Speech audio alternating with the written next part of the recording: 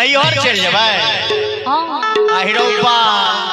नैहर जहाँ चल जेबै तो माल जाल के सानी के लगेते बसहा के सुनियो कहियो हयो भोला हमर हम जाई छी नैहर सुनो गौरी हमर जुनी जाओ नैहर हयो भोला हमर हम जाई छी नैहर हे ये गौरी हमर जुनी जाओ नैहर हे ये आहा बिना बसहा उकर तइये के बांध देते हमर भांग के पटरी रहिए के आइन देते हमर भांग के पटरी रहिए के आइन देते हयो भोला हमर हम जाई छी नैहर ये गौरी हमर जुनी जाओ नैहर हयो भोला हमर हम जाई छी नैहर ये गौरी हमर जुनी जाओ नैहर ये आहा बिना बसहा उकर तइये के बांध देते अहाँ जे चल जेबै हे गौड़ा रानी हमर बसहा बेचारा बड्ड मरखा छै आ ए धिया पुता के त मार हुराट से दै छथिन सही क दूगो छोटका गणेश कार्तिक ओकरा से समरतै बसहा नहीं समरतै हे ये आहा बिना बसहा उकर तइये के बांध देते हमर भांग के पटरी रहिए के आइन देते हमर भांग के पटरी रहिए के आइन देते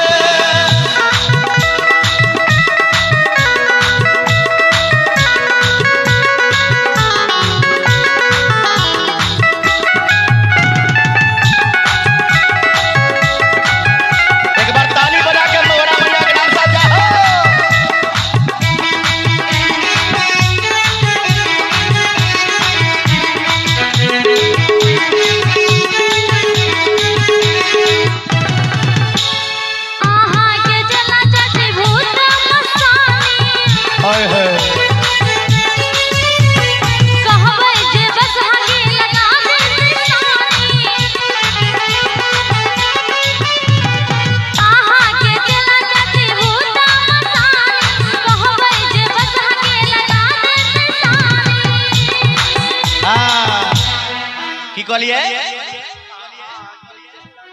आहा के चला चटी भूत मसानी ओ हमर चला चाटी कहबै जे बसहा के लगा दे सानी अच्छा हम आइबिन जो जे भयो नहीं मन हेतै हम आइबिन जे भयो अरे मस्ती लो भैया नहीं मन हेतै हमर बसहा हमर बसहा के डोरी रहिए के आइन देते हमर भांग के पटरी रहिए के आइन देते हयो भोला हमर हम जाई छी नैहर ये गौरी हमर जुनी जाओ नैहर हयो भोला हमर हम जाई छी नैहर ये गौरी हमर जुनी जाओ नैहर ये आहा बिना बसहा उकर तइये के बांध देते सुषमा जी हां जी हमर पप्पू भाईजी की कहै छथिन गौड़ा मैया के जे हे गौड़ा माय अहाँ जे चल जेबै तो भोला बाबा के बड़ा दिक्कत हेतै भोला बाबा के टाइम पर के भांग पीस के देतै तै है तो हम अहाँ के कहबै हे ये यहाँ बिना बसहा हुकर तइये के बांध देते हमर गाजा के पटरी रहिए के आइन देते हमर गाजा के पटरी रहिए के आइन देते